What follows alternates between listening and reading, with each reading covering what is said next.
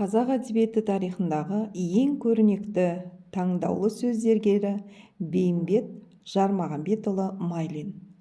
Жазушының шығармашылығын бағалай келе, оның ұлттық әдебиетімізді биік деңгейге көтерген сөз шебері екенін көз жеткіземіз. Бейімбет ұлттық әдебиеттің түрлі жанрына қалам терген қаламгер. Бұл оның бірегей шығармашылық дарын екенін айғақтаса керек. Бейімбет Майлин 1894 жылы Қостанай облысы Таран ауданының аумағында дүниеге келген. Кеңес кезеңі әдебиетінің негізін салушылардың бірі, жазушы, ақын, драматург. Алғашқы ауыл молдасынан сауат ашады. Кейін Арғынбай қажының медресесінде, 1913 жылы Троицкідегі Уалифа мектебінде, Уфадағы Ғалия медресесінде білім алады.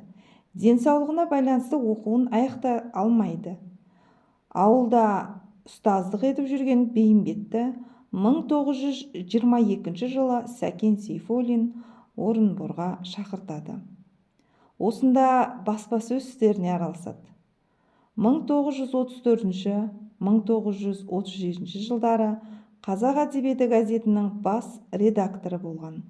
Ол өзінің бүкіл саналы ғұмырын шығармашылық күш-қуатын 20-30 жылдардағы ұлттық баспасөздің әдебиет пен өнердің қалыптасуына, өркендік дамуына жұмсады.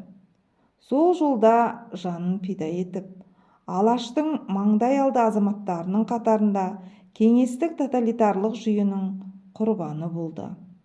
Бейімбет Майлин шығармашылығының негізгі тақырыбы ауыл тұрмысы, қарапайым адамдар өмірі, қоғамдағы әлеуметтік қайшылықтар мен көненің күресін түрлі таптардың өкілдерінің ой-санасы, мінез-құлқы психологиясы, даралық сипаттар, тағы басқалар. Қаламгердің қай шығармасында болмасын, кейіпкерлердің дәл шынайы типтік бейнелерін жасауға, оларды тарихи даму өзгеру үстінде суреттеуге шебер. Оның шығармалары баршаға түсінікті, қарапайымдылығымен, айшықты тіл өрнегімен, езу тартқызарлық ұтымды әзілмен дараланады. Жазушы көзінің тірісінде 50-ге жуық жеке жинақтарын шығарып, шығармалар республика, бүкіл одақ көлемінде танылып, оқырмандардың ыстық ықыласына бөленді.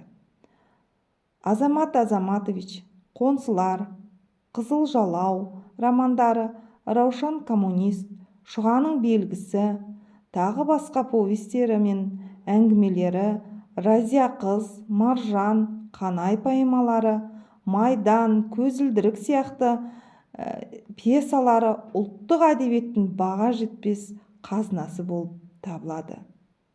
Жазушының өмірі мен шығармашылығы туралы Мұхамеджан Қаратаев, Темірғали Нұртазин, Тұрсынбек Кәкішұлы секілді белгілі ғалымдар ілгері зерттеулер жазды.